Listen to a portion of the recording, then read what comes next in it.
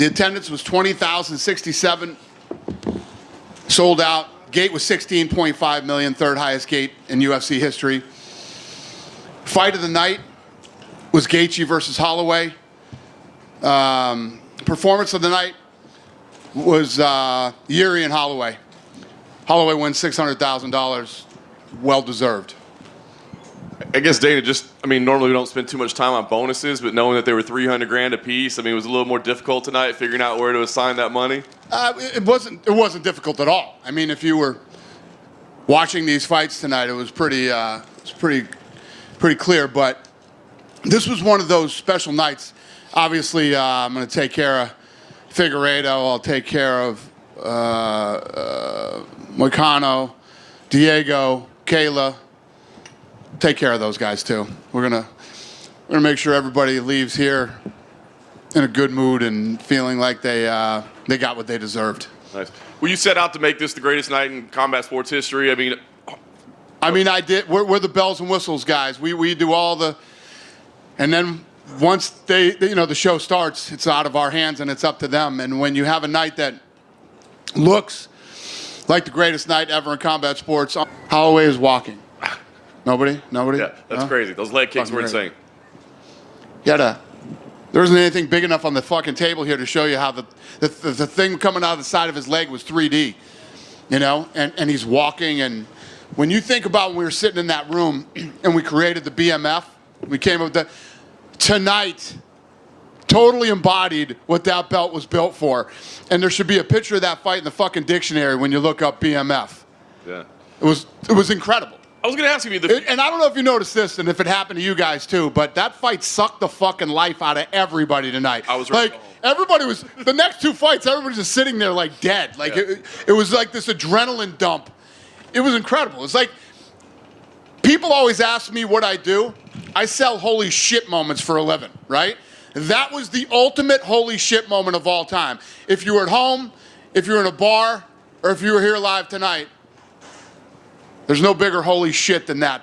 Absolutely. And that's why, let's just talk about this fight for the rest of the press conference. 100%. So that's why Max Holloway is beloved. And Gaethje.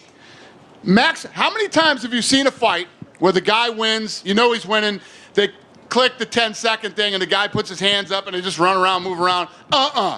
He's got the fight won, and he's in there with one of the most dangerous fucking fighters in the business, right?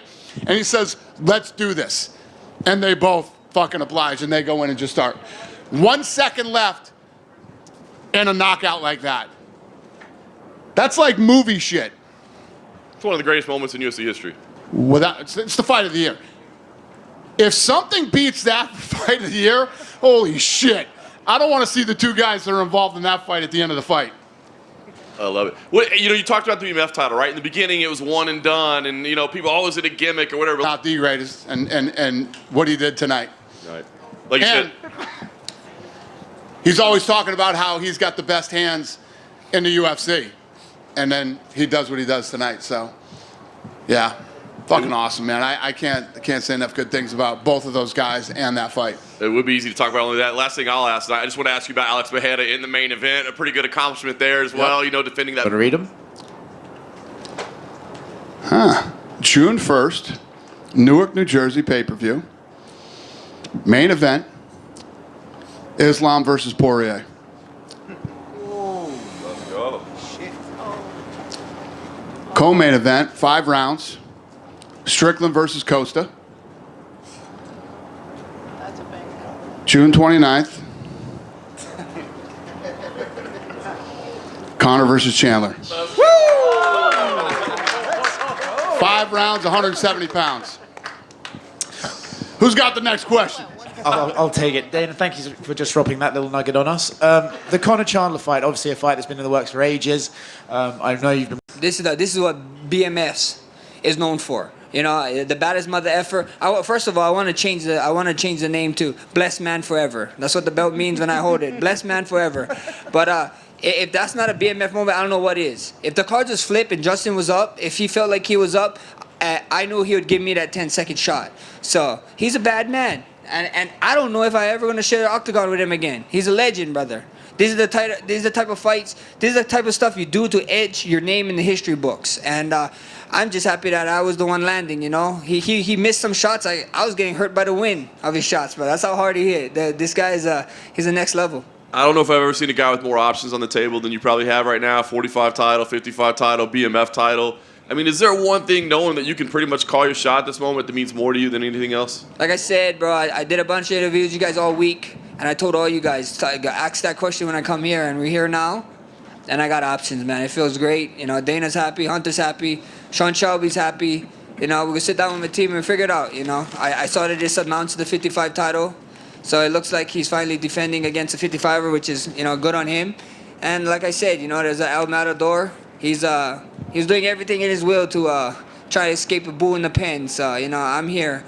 First things first, rest. I got my beautiful wife. I got my beautiful family out here. All my family, we just chilling, brother. I got a 30-day no contact from the doctors, so I'm gonna enjoy it. Last thing for me, Dana shared that, you know, as he walked by, you and Justin were on the phone having a conversation out there. Can you share the details of what you guys talked about? I owe him and Trevor a drink. I told him that we'd have a drink together. So at the end of the day, that's what it is. So they was keeping me to it. It's like, brother, you need to find us and come get this drink because you owe me a shot. So hey, it is what it is. Like I said, Justin is different, brother. Their whole team, they respectful guy. Like I said, he had everything to lose. And he still gave me the shot, you know what I mean? And it happened this way. So I got nothing but love for him, brother. Like me, when the first time I fought in Denver, we had everything set up. Like I'm 32. I'll be around for a long time. Get used to it. By any chance, did you see Ilya's reaction to your knockout? Yeah, I saw it. People saw it, but I don't know. Like, you know, like everybody's like, oh, he's like whatever, but you can't. I don't know the dude. You know what I mean? You don't know if he's socially awkward or something. So like maybe that's just what he is. You know, no. Fair play to him. You know, I don't know how animated or whatever he is. So I ain't gonna take to it. This guy is a world champion. He's a killer. But like I said, all fight week, brother, it's quite. You know, we got questions. There's a lot of questions about the guy, and I wanna figure that out. Last one for me. Dana was just in here and said that Hawaii probably doesn't have the necessary infrastructure to host a big UFC event. So is that something you're going to be pushing for until you call it? Nah, I'm over that, brother.